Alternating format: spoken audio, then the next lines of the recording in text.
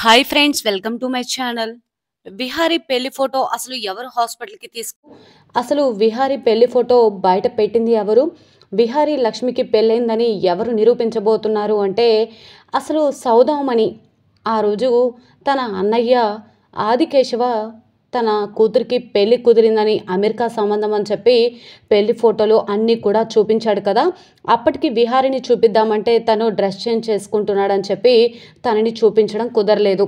ఇంత మంచి సంబంధం దానికి ఎలా సెట్ అయిందని చెప్పి అన్ని ఆరాలు తీయగా అసలు విహారికి పెళ్ళి కుదరలేదని ఇదంతా కూడా కావాలనే జరుగుతుందని తెలుసుకున్న సౌదామణి ఏదో ఒక రకంగా విహారి వాళ్ళ ఇంట్లో తెలిసేలా చేయడానికే తన పెళ్ళి ఆపడానికే ఇదంతా చేస్తుందని అనిపిస్తుంది. మరి నిజంగా సౌదామణియే ఆ పెళ్లి ఫోటోని బయట పెట్టిందా? అది తెలుసుకున్న అంబికా సుభాష్ ఇద్దరు కూడా ఏదో ఒక రకంగా ఈ పెళ్లి ఫోటో బయటకు వచ్చిందంటే ఖచ్చితంగా విహారికి పెళ్ళి అయ్యే ఉంటుంది అనే ఆలోచనకి వస్తారు. మరి నిజంగా విహారికి పెళ్లి జరిగిందన్న నిజాన్ని అందరి ముందు తెలిసేలా చేయడానికి ఏం ప్లాన్ చేయబోతున్నారు? ఆశీర్వాదం తీసుకోవడానికి వచ్చిన లక్ష్మికి అక్షింతలు పడేలా చేసిన పండుని చూసి సహస్ర కోపంతో పరిగెత్తుకుంటూ వచ్చి లక్ష్మి చెంప పగలగొట్టడంతో అందరూ కూడా ఒక్కసారిగా షాక్ అయిపోతారు. మరి నిజంగా ఏం జరుగుతుంది తెలుసుకోవాలి అంటే పూర్తి వీడియో అయితే చూసేయండి. నచ్చితే చివరి వరకు చూసి ఇలాగే నా ఛానల్ని ఎంకరేజ్ చేస్తారని అనుకుంటున్నాను. ఇక లేట్ చేయకుండా వీడియోలోకి అయితే వెళ్ళిపోదాం. ఇక లక్ష్మి పూజ చేస్తూ ఉంటుంది కదా. దొంగతనంగా పూజ చేసుకుంటూ పండుతో ఈ విధంగా అంటూ ఉంటుంది. పండు, నువ్వు నాకు ఒక హెల్ప్ చేస్తానన్నావు కదా, ఆ హెల్ప్ ఎలాగైనా సరే విహారి గారికి కూడా తెలియకుండా చేయాలి. విహారి గారి గదిలోనికి వెళ్దాం.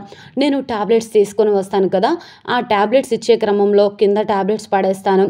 ఆ టాబ్లెట్స్ కోసం నేను క్రిందికి వంగగానే విహారి గారి చేతులతో నాకు అక్షింతలు తల మీద పడేలాగా చేస్తే నేను చేసుకున్న పూజ సక్రమంగా నిర్వర్తించిన దానిని అవుతాను అనగానే సరేనమ్మా, అలానే చేస్తాను.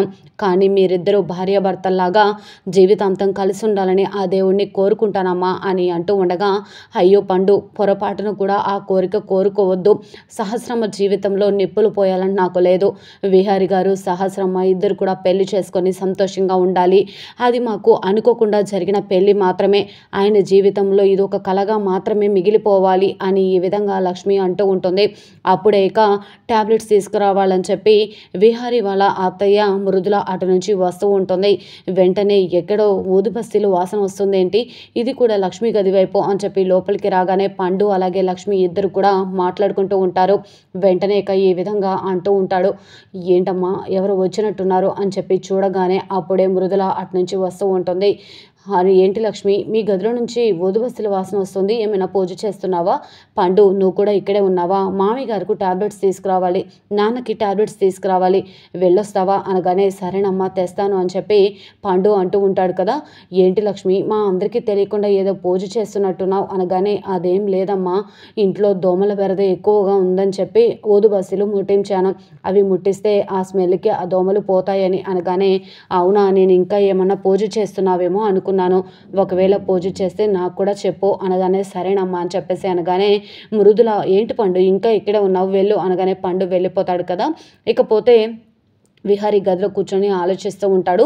తన ఫ్రెండ్ సత్య ఫోన్ చేసి ఏంటి Vihari, how is your health అని అనగానే ఏం హెల్త్ రా బాబు, నాకు ఒకదాని తర్వాత ఒకటి తగులుకుంటూనే ఉన్నాయి, ఏం జరుగుతుందో అర్థం కావట్లేదు, చిందరవందరంగా అవుతుంది లైఫ్ అని చెప్పేసి ఈ విధంగా అంటూ ఉండగా ఏమైంది విహారీ అని అంటూ ఉంటే జరిగిందంతా కూడా చెప్తూ ఉంటాడు.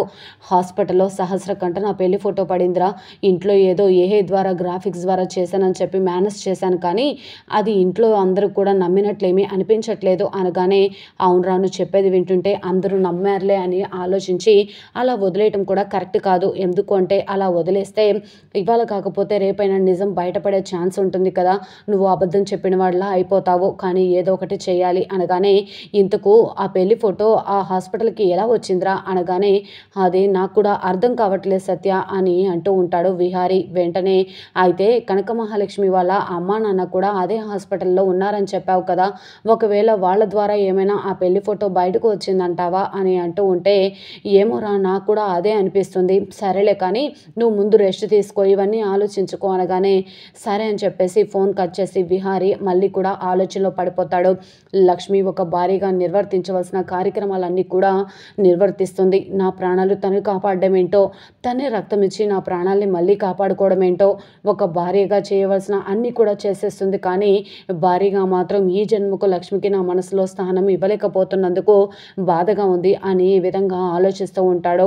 వెంటనే ఇక పండు ఈ విధంగా అంటూ ఉంటాడు, లక్ష్మమ్మ త్వరగా వెళ్దాం పదండి, విహారి గారు మేలుకొనే ఉన్నారు అనగానే సరే పద అని చెప్పేసి ఇద్దరు కూడా ఈ విషయం ఎవరికి తెలియడానికి వీల్లేదని చెప్పి దొంగచాటుగా విహారి గదిలోనికి వచ్చేస్తారు. విహారి లక్ష్మి అలాగే పండు రావడంతో ఏంటి ఏంటి లక్ష్మి అని అంటూ ఉంటే, అదేం లేదు, మీరు టాబ్లెట్స్ వేసుకోలేదు కదా, టాబ్లెట్స్ తెచ్చాను అనగానే అవునా సరే ఇవ్వు అని అంటూ ఉంటే, సరే అని చెప్పేసి వేసుకోవడానికి చేయి చాపగానే చేతిలో వేయకుండా కింద పడేస్తుంది టాబ్లెట్స్ లక్ష్మి కావాలనే. పండు అలానే చూస్తూ ఉంటాడు. అక్షంతల ప్లేట్ కూడా తీసుకొని వస్తాడు. వెంటనే ఆ అక్షంతల ప్లేటు విహారీ చేతికి తగిలేలా చేయమని సైగ చేస్తూ ఉంటుంది. టాబ్లెట్స్ తీస్తున్నట్లే కింద కూర్చొని ఉంటుంది. ఇక విహారీ చెయ్యి ఆ అక్షంతల ప్లేటుకు తగులుతుంది. కూర్చోండి అయ్యా, ఎంతసేపు నించుంటారని చెప్పి చెయ్యి ఊపగానే ఆ చెయ్యి కాస్త ప్లేటుకు తగిలి విహారీయే తన చేతులతో అక్షంతలు వేసినట్టుగా లక్ష్మి తలపైన అక్షంతలు పడుతూ ఉంటాయి. లక్ష్మి చాలా సంతోషపడుతూ ఉంటుంది. వెంటనే ఈ విధంగా అంటూ ఉంటాడు విహారీ, ఏంటి లక్ష్మి ఇంకా టాబ్లెట్స్ దొరకలేదా అనగానే దొరికే విహారీ బాబు, ఇంకోండి టాబ్లెట్స్ వేసుకోండి అని చెప్పేసి లక్ష్మి ఇక అక్కడ నుంచి వెళ్ళిపోతుంది.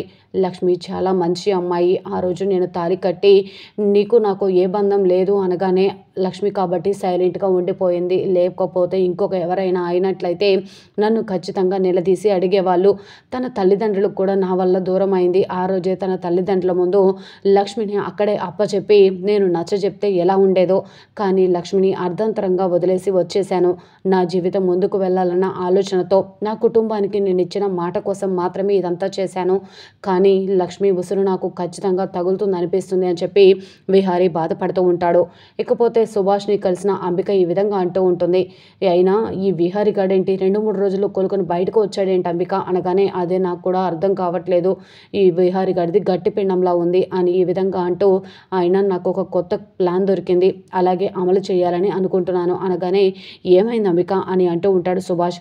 ఇదిగో ఈ ఫోటో చూడు అనగానే, ఇదేంటి విహారీకి ఇంకా పెళ్లి కాలేదు కదా, విహారీ పెళ్లి ఫోటో ఏంటి అనగానే అదే విహారీ పెళ్లి ఫోటో బయటకు వచ్చింది, అందరూ నిలదీసి అడిగేసరికి అది ఏఐలో చేశాను, గ్రాఫిక్స్లో చేశానని అంటున్నాడు, కానీ నాకైతే నమ్మబుద్ధి కావట్లేదు, అది ఖచ్చితంగా విహారీ పెళ్లి చేసుకున్నాడని అనిపిస్తుంది సుభాష్. ఇదే ఖచ్చితంగా మనం నిజాన్ని బయట పెడితే మనకి ఏదో ఒక రకంగా విహారీ గురించి కొత్త క్లూ దొరికినట్టే అని ఈ విధంగా అంటూ ఉంటుంది అంబిక.